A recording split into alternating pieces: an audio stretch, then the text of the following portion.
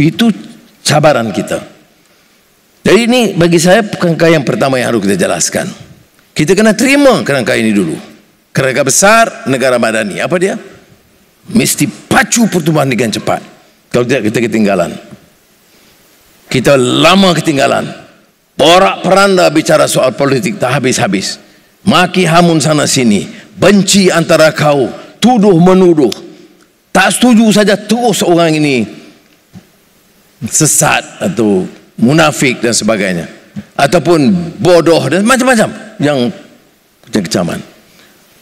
Antara kaum, antara agama, antara wilayah. Sebab itu saya tadi bergegas dari parlimen. Saya jawab soalan di parlimen. Yang soalan-soalan susah saya kena jawab. Zamri cepat-cepat dia lagi. Dia ditugaskan. Ya, saya jawab tentang apa yang hangat di Sabah. Ya, tak ada salah. Sabah merasakan perjanjian dalam Perjanjian Malaysia 1993 MA63 itu masuk 40% hasil Sabah itu mesti dipulangkan ke Sabah. Ya, itu kita bicara. Ya. Jadi saya ambil keputusan senang. Tak mau jangan gaduh-gaduh. Hasil kita carilah sedaya upaya kita. Jangan porak-peranda negara ini. Kita boleh capai pertumbuhan tinggi.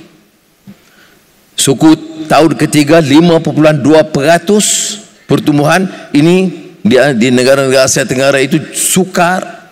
Kita mengatasi banyak negara lain. Pelaburan tertinggi dalam sejarah. Pengangguran terendah dalam sejarah. Inflasi di bawah 2%.